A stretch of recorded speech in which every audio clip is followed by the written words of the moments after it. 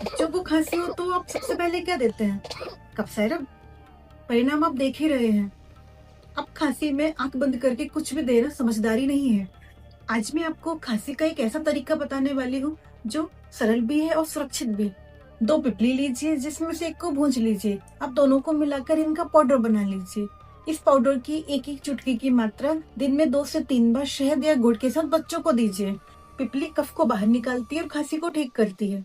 याद रखिए, इसको देने के बाद 30 मिनट तक बच्चों को कुछ भी खाने पीने के लिए ना दें। आप इसे प्रयोग कर कर तो देखिए।